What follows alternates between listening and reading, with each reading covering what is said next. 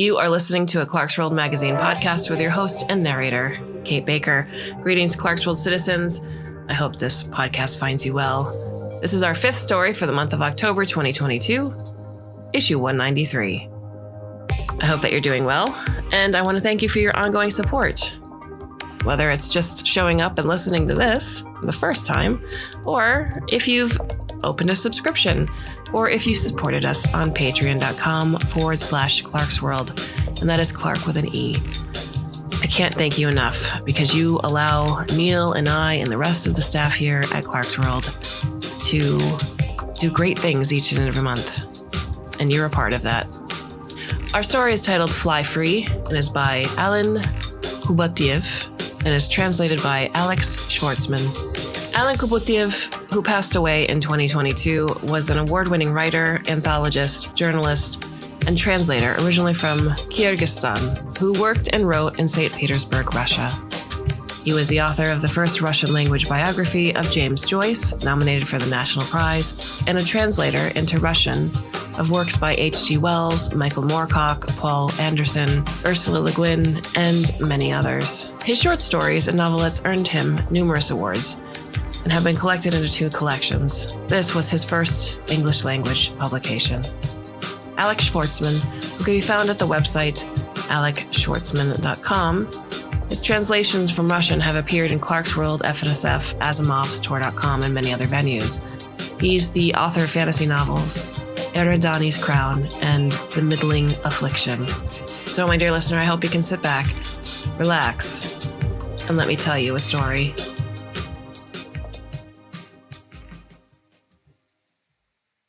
I needed a true monster, so I went with a bird.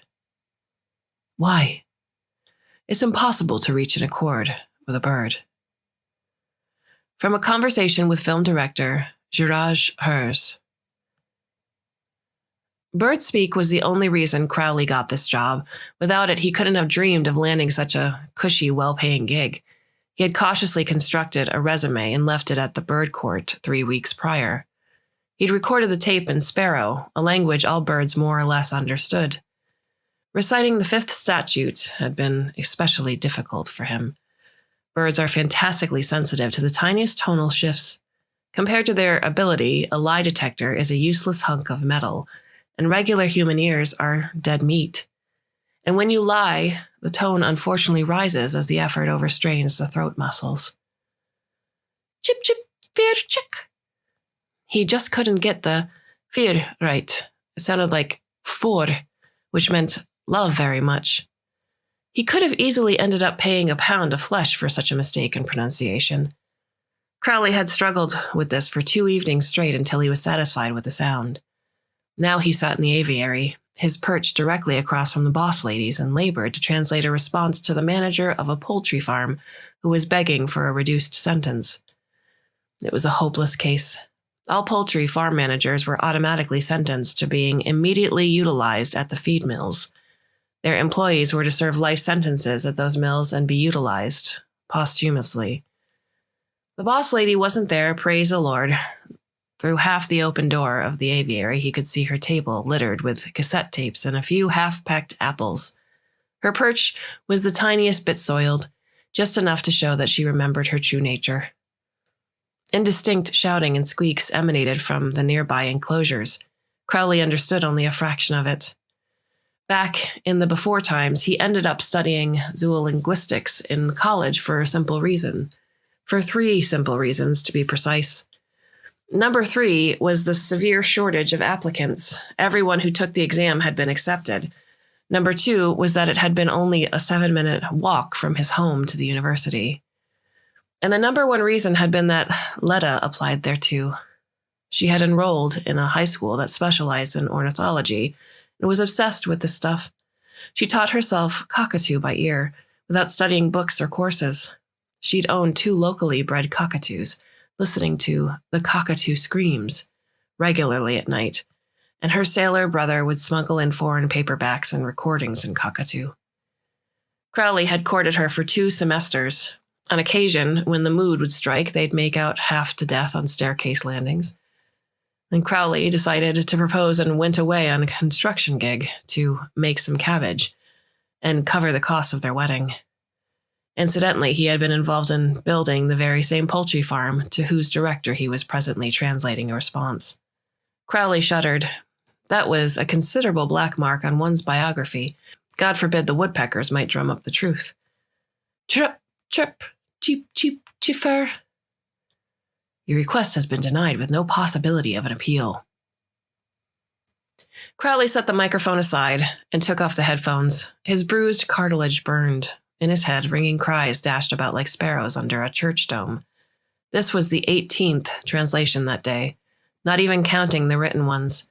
His lips cramped, his tongue trembled with fatigue, his throat stung. He knew the birds flocked together to make fun of him, and the other translators knew that macaws masterfully mimicked human mistakes and mispronunciations. Screw them all. This was still better than working at the feed factories. Chirp, tweet, chip. Letta never ended up marrying him. While he worked his ass off at a construction site, she got hitched to a naval pilot, as her grandmother had said. She got pregnant with impressive speed and ease, gave birth to twins, named them Castor and Pollux, and promptly lost touch. Crowley rarely thought of her, and when he did, it was usually due to a severe hangover. He couldn't even look at women for 2 years after that. Even the harmless models on magazine covers had made him nauseous.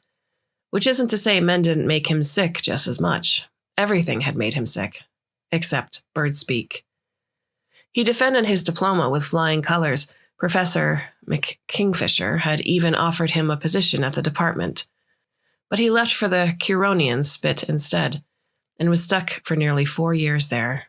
His efforts on that sand dune were pure academic fun, with few practical applications, but it was a good time overall. And then everything changed. The bird court had taken over. Hunting was prohibited. Libraries were purged of any books pertaining to the subject, from To Kill a Mockingbird to Turgenev in London. Rumor had it certain living authors of banned works had gone underground somewhere in Moscow.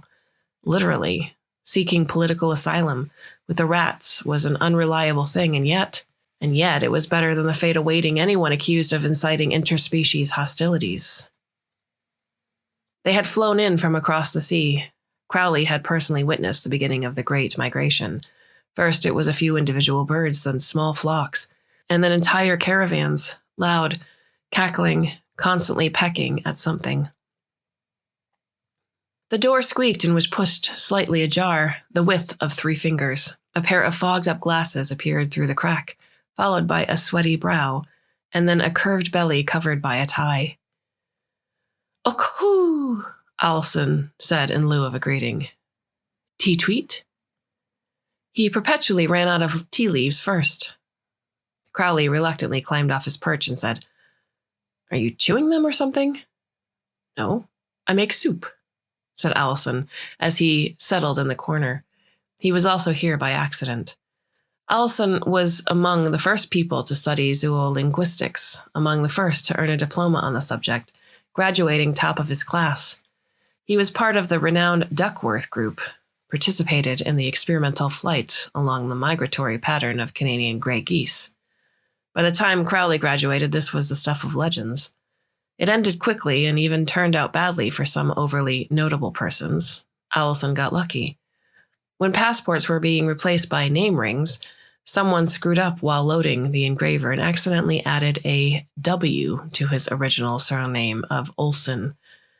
The Department of Owls was most respected and prestigious. The owl language was the language in which the most important documents were written. That's where Allison had landed. If not for that, he would have been dead as a dodo. Birds did not like the elderly.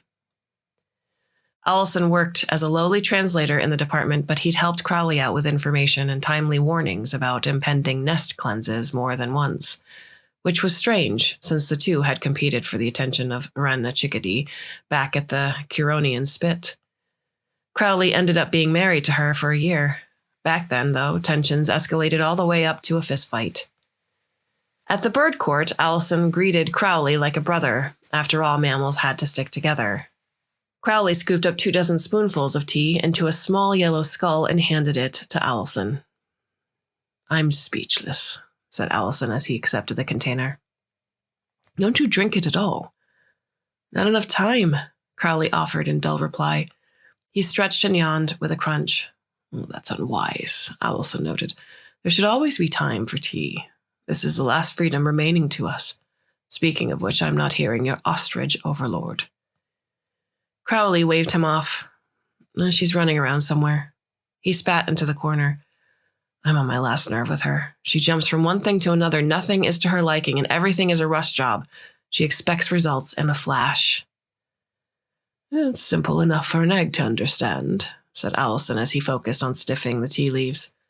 They have an accelerated metabolism, which is why their body temperatures is through the roof, and that inevitably affects the brain.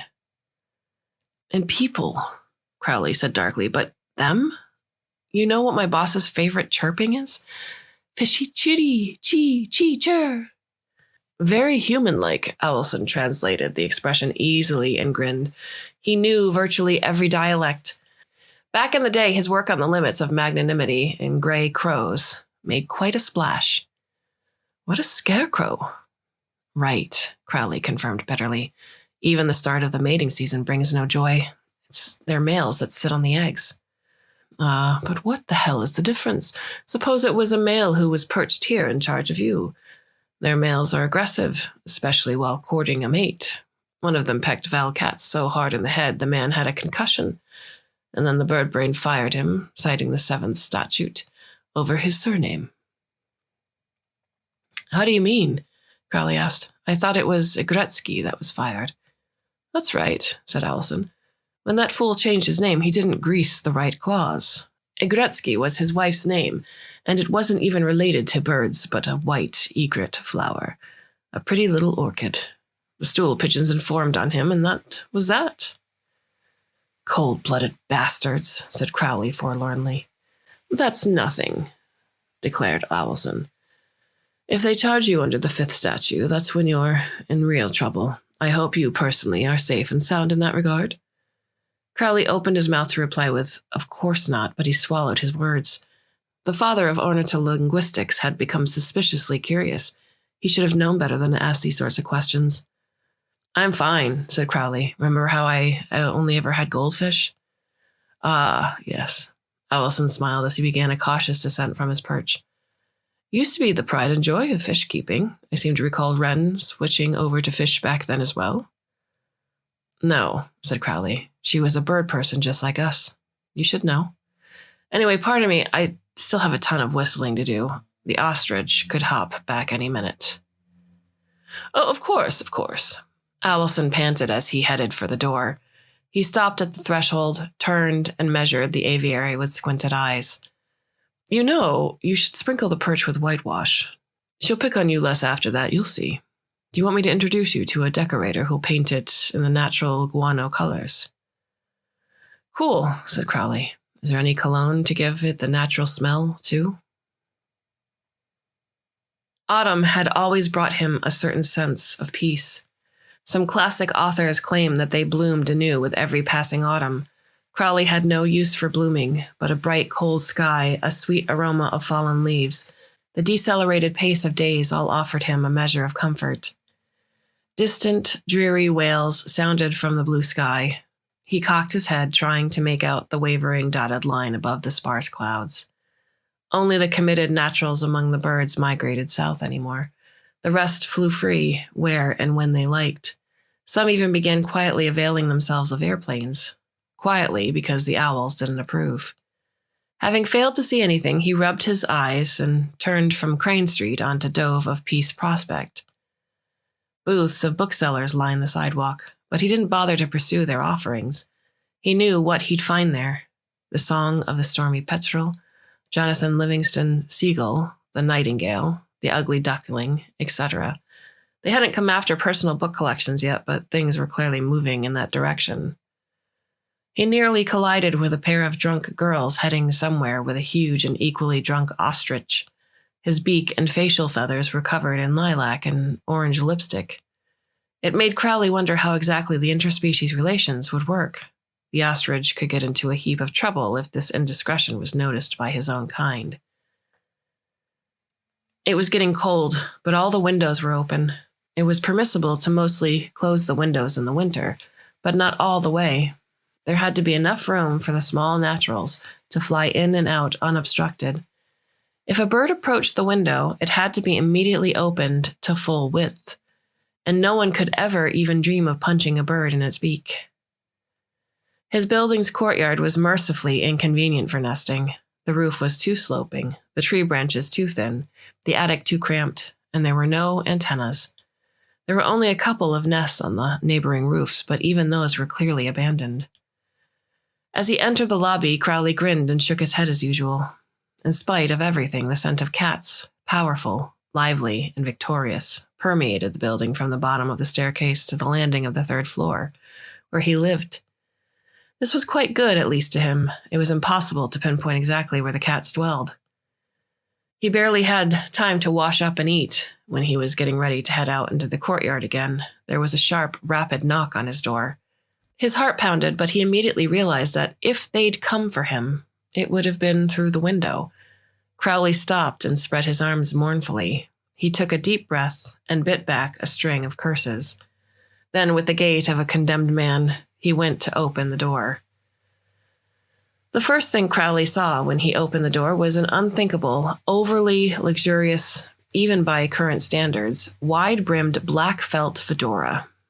The black cloak descended as though directly from the fedora, its dusty hems spreading out across the yellow floor tiles.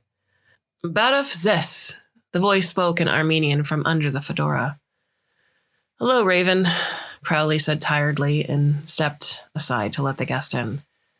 His feet couldn't be seen from under the dragging cloak, but the tortured shuffling unmistakably betrayed shoes, put on with tremendous difficulty.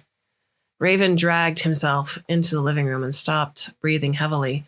He then headed for the armchair and took a long time settling in it, grunting very much like a human.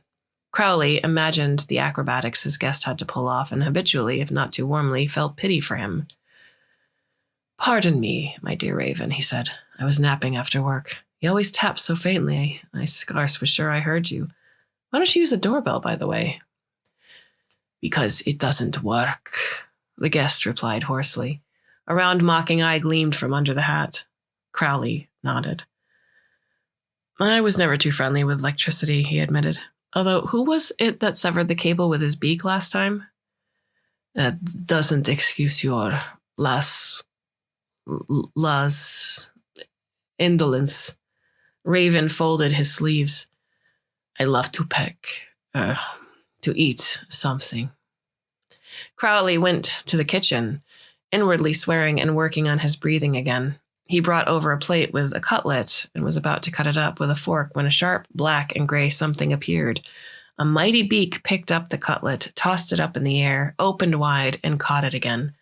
The cutlet went down the goiter in 3 spasmodic thrusts. "Not bad." Raven leaned back in the armchair. "Rather good." "Can you taste it?" asked Crowley, surprised as he glanced at the empty plate. "I not a taster," Raven cawed. "We judge by aromas." "Sense would be more accurate," Crowley corrected him. "Thank you, sense. It is a bad habit to swallow food whole, a remnant from when I was a chick. Mother brings food and you rush to devour it." Crowley sat down across from Raven. "How goes your work?" he asked politely. "Thank you. It goes well, but slowly," the Raven said hoarsely. "Shertofi bureaucrats cause obstacles. Aber the first chapter is almost done. I proved pourquoi the great Edgar chose a Raven and not anyone else. You must agree, no one else could so well embody the human's impending doom." Raven's life was difficult. Birds were suspicious of him. They acknowledged his necessity, but despised his predilection for all things human. He responded in kind, despising their stupidity and unwillingness to change. An ancient enmity, between diurnal and nocturnal birds played a role in this too. When Raven had first approached him at a banquet and declared without preamble that they were of like mind, that he read Crowley's work on the dialects of small Corvidae naturals. Crowley was so confused he didn't know how to respond. Birds never read anything. They only listened, and only in translation. Raven, on the other hand, not only read but also wrote and spoke 3 human languages reasonably well. He could curse fluently too, though he clearly didn't fully comprehend what he was saying. He also couldn't stand Owlson. It's very hard to gauge how birds feel about you, if they have any feelings on the matter at all, except when they really dislike you. That's immediately clear. When Owlson addressed Raven at the same banquet and spoke to him in pure Polycorvidae, with all the tonalities, Raven looked at him askew and suddenly lunged, pecking at the bridge of his nose. His attack was so precise that he broke Owlson's glasses neatly in half without touching his skin. "Why don't you use the window?" asked Crowley. "To tap on the door," said Raven, knocking his hat to the back of his head. "I love it when the door is open wide for me." "You've been reading your favorite author," said Crowley. "Not at all," declared Raven. "I simply love it. How's your work?" "It's not work." Crowley reached for his cigarettes, but recalled in time that birds hate smoke. "Right," said Raven. "You call it service, yeah?" "Almost," Crowley said evasively. "You could call it hackery." "Hackery," Raven repeated, bewildered. "What a strange expression. It is not in the dictionary, at least not in mine. What does it mean?" Crowley explained, grinning. Raven fluttered in a very bird-like fashion and shook his head.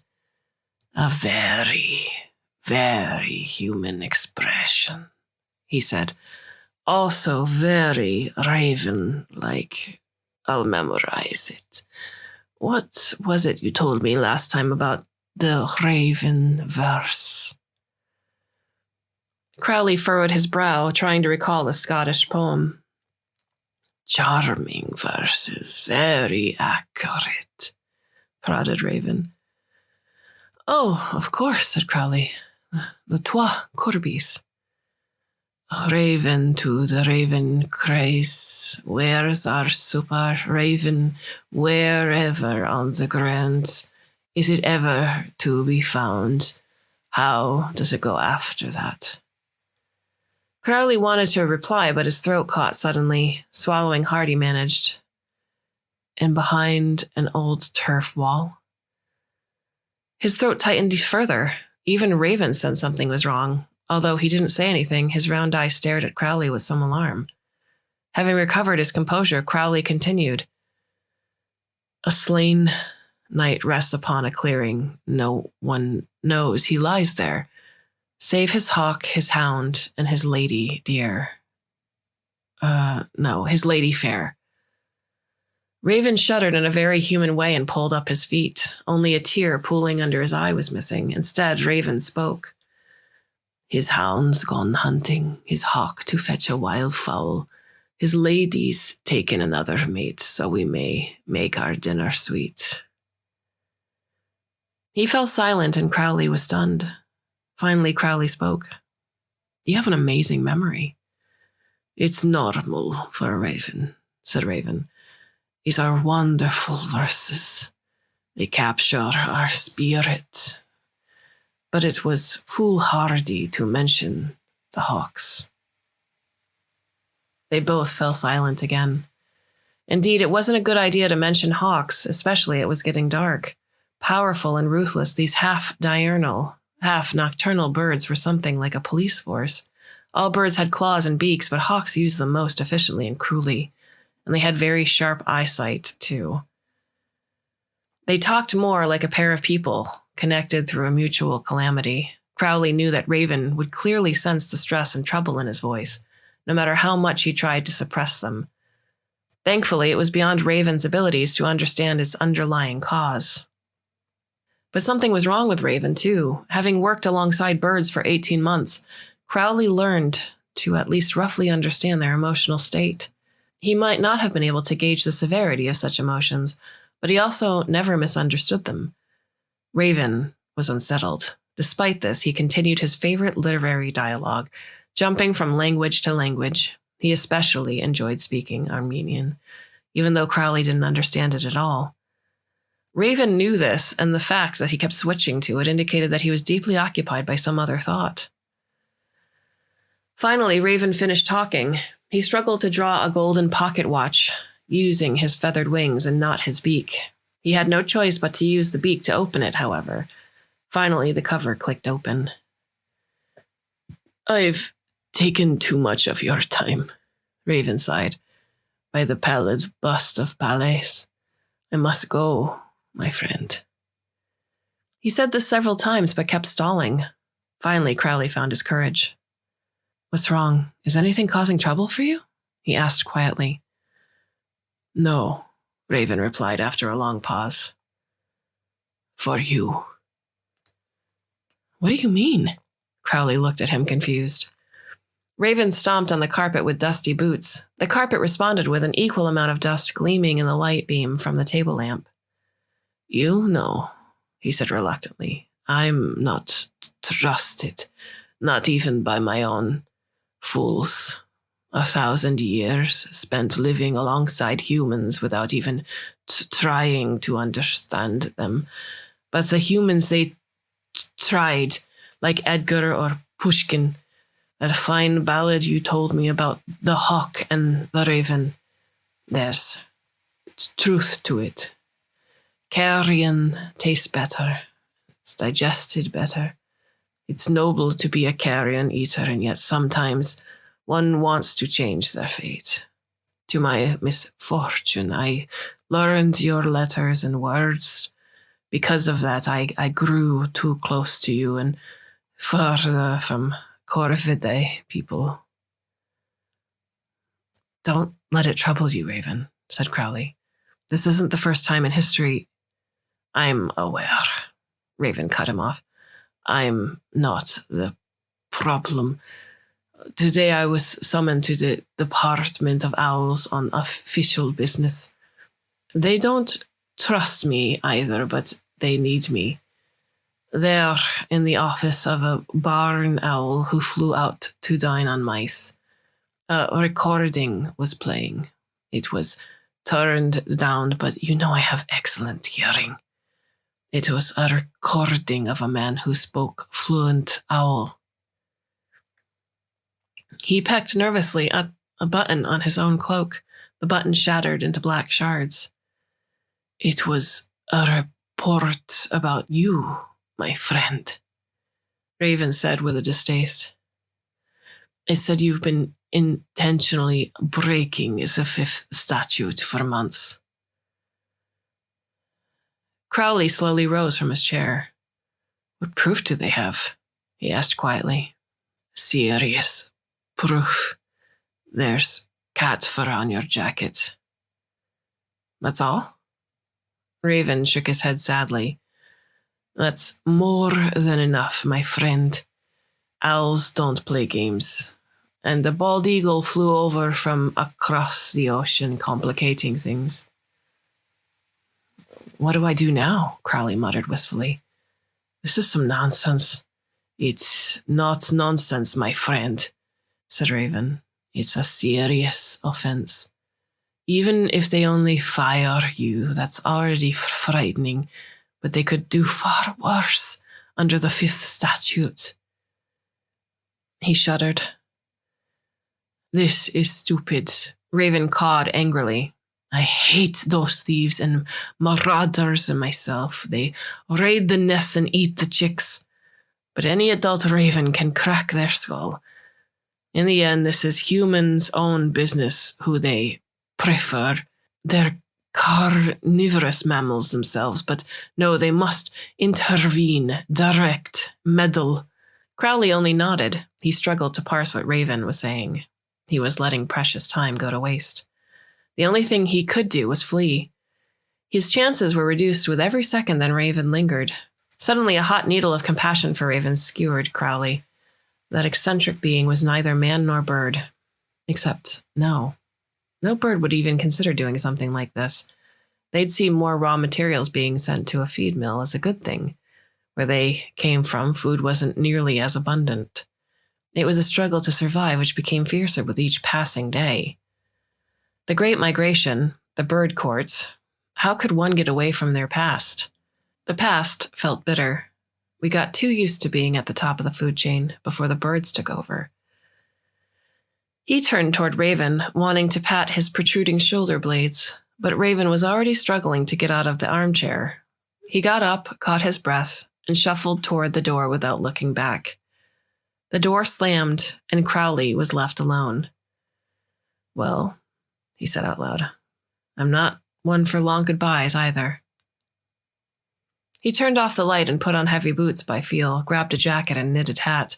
He grasped the backpack, prepared in advance, with his other hand. He heard the crackling squeal of the building's front door. Crowley rushed toward the half-open window. Raven stood in the yard, illuminated by a strip of yellow light. He was hunched over, staring at his feet. There was so much melancholy and hopelessness in his little black figure, far deeper than a simple autumnal ennui. Crowley's heart froze, and he was about to call out for Raven when two swift, noiseless brown bolts crossed the strip of light. Two brutal, glancing blows brought Raven down to the pavement. Scarlet blood poured from his slit throat. It mixed with the dirt and darkened. Crowley's knees grew weak. Vomit burned violently in his throat. The falcons circled above the yard. One by one, they landed near Raven, right on top of the crimson dirt, and looked around warily. They examined the corpse and croaked something inaudible to each other. Crowley couldn't make out a word. This was the infamous Quir, the hawk battle language that even the falconers didn't speak. But when both of them simultaneously looked up at his window with their round, fierce yellow eyes, Crowley felt the chills. He was about to run when a gunshot thundered. When a swirl of feathers and fluff had settled to the ground, he could make out two motionless bodies piled on top of Raven. Half the courtyard was splattered with blood. Judging by the way the hawks were torn to pieces, it was buckshot. He wondered where the shot came from and who managed to save the weapon and ammunition after the brutal hunt for the hunters. But this wasn't the time to investigate. He got dressed, put on the backpack, and rushed down the staircase. He had to cross the yard. If a nocturnal bird came along with the hawks, he was a dead man anyway. Crowley was running across, sticking to the shadows when he heard a faint sound from under the pile of bloody feathers. He couldn't explain why. He had no intention of saving anybody. But Crowley stopped and walked over. He wasn't wrong. Raven was still alive. A faint, gurgling hiss came from a lacerated wound in his throat. A golden black eye focused on him and winked. Crowley shoved the dead hawks aside and leaned over to him. He made out the barely audible whisper. We may make our dinner sweet. The whisper had ceased. The eye stopped and rapidly dimmed like a drying stone. Crowley patted the dead head and got up.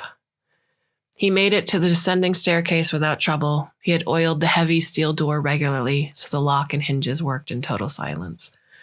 It was damp, dark, and cold in the bomb shelter. The flashlight beam revealed the lock's round handle on the second door. Gray lumps sprung in all directions from the steel combing. The rats couldn't wait to get inside, but the reinforced concrete was too strong even for their teeth. When Crowley approached the door, a soft, mournful sound emanated from within.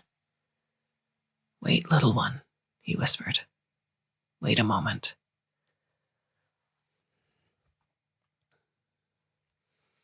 The north gate was over 2 hours away by foot.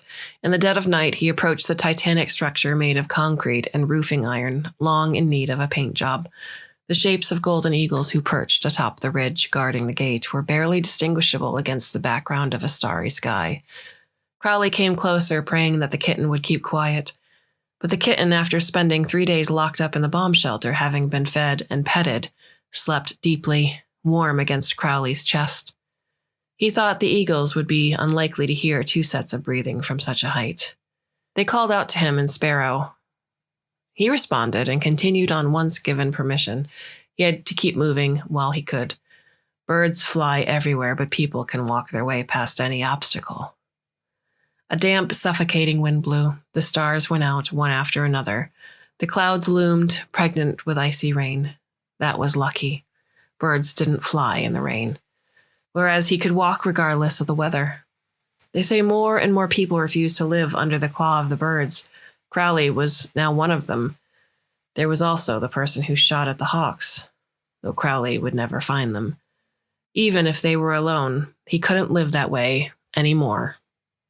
As for the birds, let them fly free, where and how they wanted, the way they always had.